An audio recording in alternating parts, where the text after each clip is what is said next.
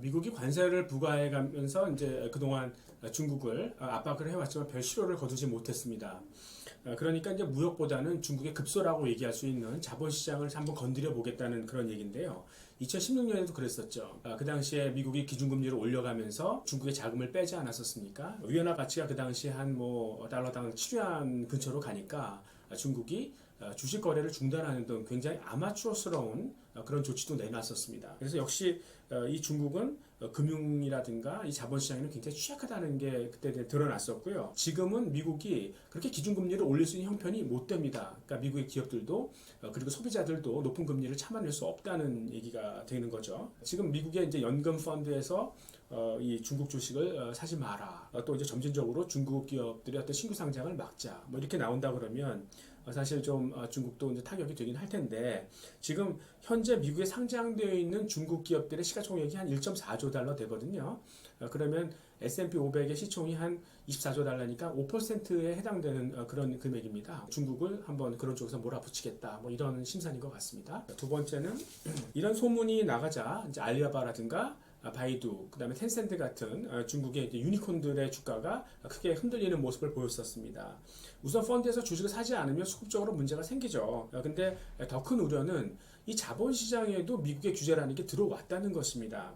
미국 이외의 주식을 샀을 때 과연 어떤 불확실성에 노출될지 모른다는 거죠. 이 아시아 자금들이 미국으로 환류할 수 있는 그런 환경이 만들어질 수도 있는데 아마 트럼프는 이 부분을 노렸는지는 모르겠습니다. 그러나 현실성 없는 대안이라고 생각하는데요. 지금 미국 국채 수익률도 한 1.5% 정도 되고 점점 더 떨어져서 이제 제로금리로 향해서 갈 수도 있습니다.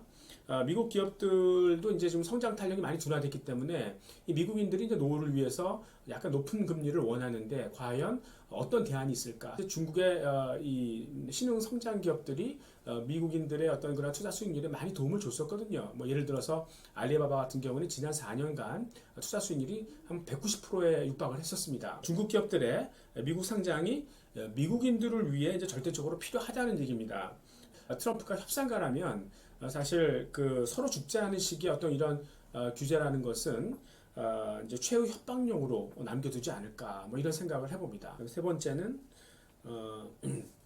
트럼프는 이제 처음에 중국 자본시장을 개방하라, 그러니까 나눠 먹자 식으로 이제 접근을 했었는데 내년 말 트럼프의 어떤 그 선거에서 승산을 보면은 상당히 희박해지고 있죠. 그러니까 좀 약간 스탠스를 바꾸는 것 같습니다. 그러니까 중국과의 대결 구도를 강화해서 애국심에 호소하자는 식으로 좀 가고 있는데요. 일본의 아베라든가 뭐 우리나라의 필승 코리아 펀드 같은 경우도 약간 좀 이런 냄새가 났었죠. 그러니까 지금은 탄력을 잃은 경제의 책임을 좀 다른 쪽과의 갈등을 통해서 풀어보려는 그런 파퓰리즘이 조금 더 이제 난무하는 것 같습니다. 따라서 내년 말 미국 대선까지 미중 타협보다는 결국은 이 갈등 구도가 지속되면서 증시의 불안 요인으로 작용할 확률이 높다고 생각하고 있습니다.